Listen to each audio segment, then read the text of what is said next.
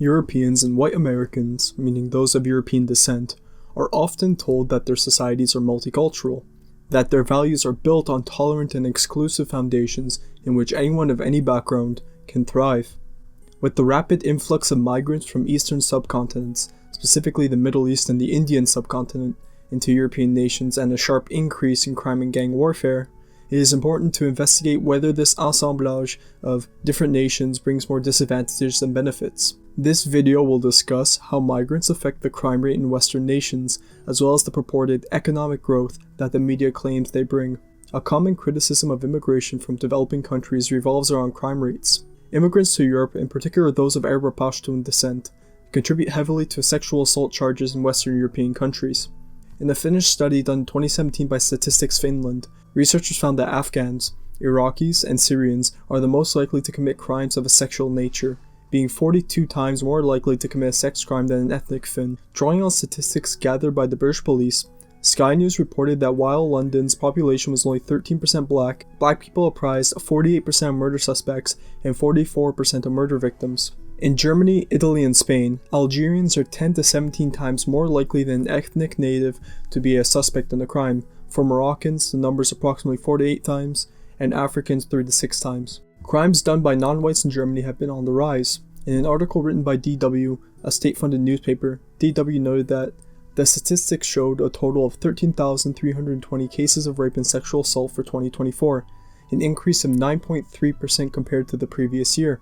Out of the 11,329 suspects identified in such crimes, 6,892 were German citizens and just over a third, 4,437, were non-German suspects. That means that non-German citizens account for 39% of suspects charged in rape and sexual assault cases.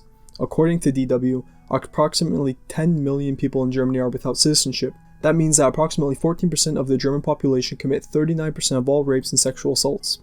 It is important to note that although individuals may hold citizenship, their ethnic origin may differ from the native population, which complicates demographic interpretations.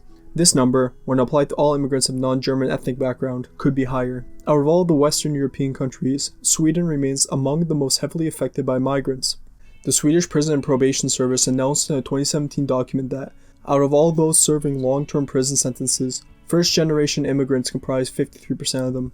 In January 2025 alone, over 30 bombings have occurred throughout Sweden. That is one bombing every day. Many of these bombings have been linked to a criminal network called Foxtrot, which is run by Iranian-born Kurdish gang lord named Rawa Majid, whose ambition is to make Foxtrot the biggest drug trafficking network in Sweden. Dragonfly Intelligence claims that these bombings are a result of feuds between rivaling factions of Foxtrot. Given the statistics that have been provided, it is logical to conclude that migrants engage in violent crimes at a much greater rate than ethnic Europeans. Before transitioning to the economics of multiculturalism, it is important to note the relation between poverty and criminality. A paper written by Matteo Pazzona is essential to comprehending how irrelevant economic status is, with Pazzona concluding that economic income has a small, if non-existent, effect on crime. Thus, one shall acknowledge that crime committed by immigrants is not necessarily correlated to their economic standing. With the evidence of increased crime rates caused by migration on display, one must examine another facet of decline within multicultural societies, the economy. Activists say that immigrants provide more to the tax fund than they take out, and provide a great source of cheap labor. This argument does not hold up to scrutiny when one examines the economic data from nations which have received a massive influx of immigration. This section will be focused on Sweden and Canada due to time constraints and to understand the North American and European experience. The Canadian housing crisis has become a widely recognized issue and a significant topic in parliamentary debates. Many contribute this problem to a shortage of new housing construction combined with rapid population growth driven largely by immigration. While there is truth to this claim, it often overlooks the substantial impact of the millions of immigrants who have arrived over the past 5 years. Data from Statistics Canada reveals a strong correlation between rent inflation and population growth. Counter-arguments have been raised pointing to landlords and construction companies as the root of the problem, but the issue with this argument is that it does not account for the uncontrollable increasing population that results from poor government policy. These companies cannot create projects at the rate in which the population is growing, and the only thing that might soften this housing bubble is the creation of Soviet-style apartment blocks of poor quality and overcrowding. With an influx of approximately 4 to 5 million newcomers, many European Canadians find themselves increasingly unable to compete for affordable housing and low-wage jobs. For instance, the news outlet Insaga reported that companies offering minimum wage positions, such as Tim Hortons, a Canadian-founded restaurant chain, have increasingly hired foreign-born workers to reduce labor costs, as these workers tend to accept lower wages. In Sweden, migrants contribute half of what they take. In a calculation made by the Swedish Pensions Agency between 2016 and 2017, immigrants were expected to generate an additional 70 billion Swedish kroner for the pension system thanks to the increased number of people working, but also add 150 billion Swedish kroner in costs. In this document provided by Kriminalvården, between 1997 and 2009, foreign-born residents accounted for 44.5% of the total unemployed population. Both Sweden and Canada have been facing issues in the healthcare department. Sweden is experiencing mass shortages in staff, resulting in an impossible to maintain workload on existing medical staff. This could partially be attributed to immigration, as workers are unable to meet the demands of a great and sudden increase in patients, as opposed to natural population growth. Alongside budget cuts, the Swedish healthcare system could face total collapse. In Canada, wait times have become a huge problem, possibly resulting in thousands of deaths, as over 15,000 Canadians have died while waiting for urgent scans and surgeries between 2023 and 2024. These wait times could be several years. Like Sweden, this could also partially be linked to immigration, as doctors are unable to keep up with an increasingly growing patient pool. The economy, despite how many ways it may be spun, is atomically affected by immigration. Next to examine, and without a doubt, one of the most important aspects of multicultural society is how different racial groups perceive themselves and others, which has an outstanding effect on the social dynamics of a nation. Social cohesion is of utmost importance in society, but social cohesion requires the collaboration between groups that have different values and goals. Studies show that this is not the case in multicultural societies, as racial groups tend to view themselves above others. The American National Election Studies 2018 pilot survey highlights the in-group bias between various races in the United States, showcasing that black people typically display high amounts of in-group preference, with Asian, Hispanic, and non-white liberals falling behind. White liberals display intense out-group preference and are the only studied group to do so. The study also shows a continuum among whites, with those being more conservative showing more in-group bias, while those who are left of the very conservative show decreasing self-preference. Another study conducted by the Democracy Fund Voter Study Group between August 2019 and January 2020 demonstrates the same results with slight nuance, as conservative Asian respondents display most in-group bias out of all the surveyed races. This is followed by liberal and moderate black people. The most conservative whites display less in-group bias than all other groups, with the exception of conservative Hispanics. In line with the previous survey, liberal whites are the only group that exhibits out-group preference. The American National Election Studies also conducted a study in 2020 to 2021 to determine how racial groups rate each other. It shows that white people view other races and themselves on a more egalitarian level, while other races conducted their evaluation on a much more varied level. Black people view themselves as much higher than the other races, placing white people at the bottom. Notably, all races besides whites viewed their own race as quite superior to others. How does this tie into social discohesion? Primarily through the media. Minority represented media, meaning media that particularly caters to non-white or other small demographics, goes through the effort of criticizing the white demographic, a notorious example being BuzzFeed, NBC, and The Guardian.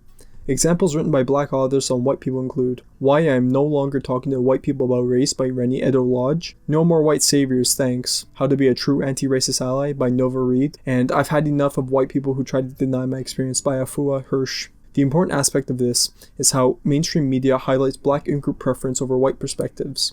Even more conservative outlets such as Fox News do not reference white problems in society, and when anchors do, such as Tucker Carlson, they are immediately removed from their positions and forced to move to more underground platforms. Another example of media placing priority to another race over whites is the portrayal of white shootings or white-on-black shootings over black-on-black or black-on-white murders.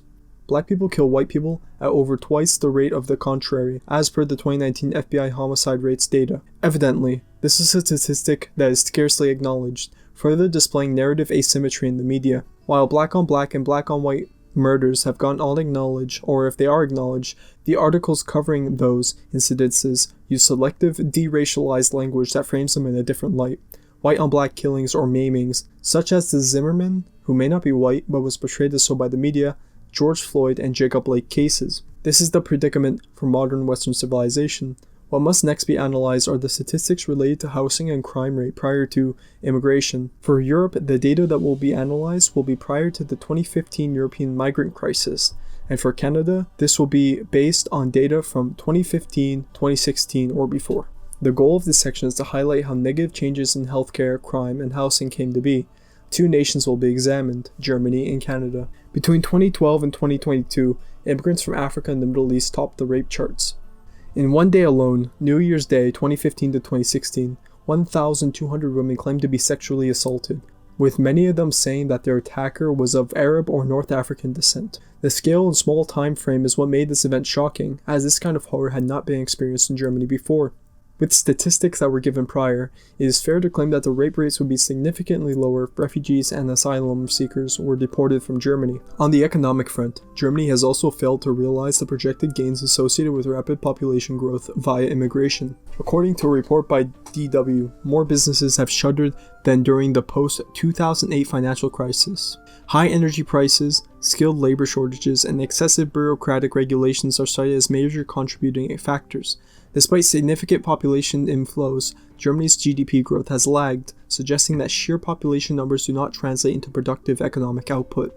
Housing prices in Germany have been steadily increasing since 2011 and reaching its peak between 2021 and 2022, according to Wolf Street. In cities where migrants have accumulated, such as Berlin and Frankfurt, housing prices are astronomically high. JLL reports that scarce supply has hindered the ability of native Germans to acquire affordable housing. They also note the effect of immigration on Berlin housing, noting that with 187,971 new arrivals, including 53,144 from abroad, 2023 was the year with the third highest immigration since 1991.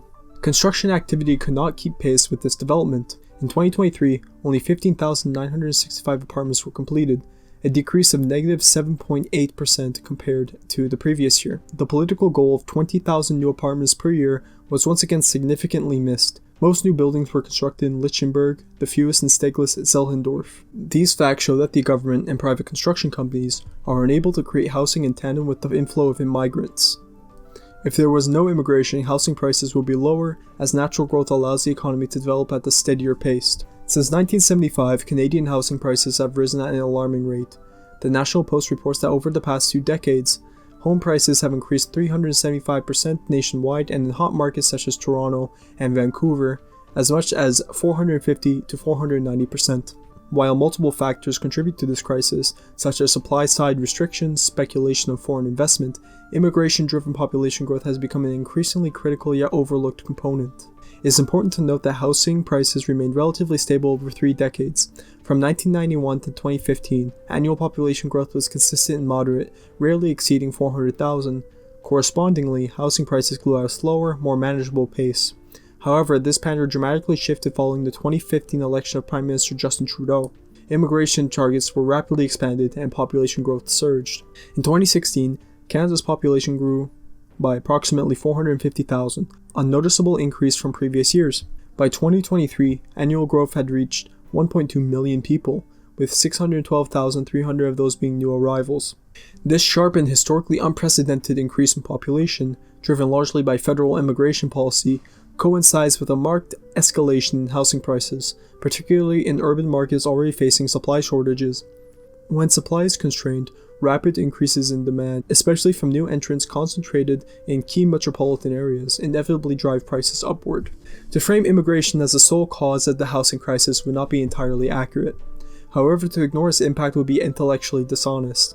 Canada's housing market cannot be meaningfully reformed without cancelling immigration policy with infrastructure capacity, particularly in terms of housing. The correlation between population growth and housing rates is now too large to overlook.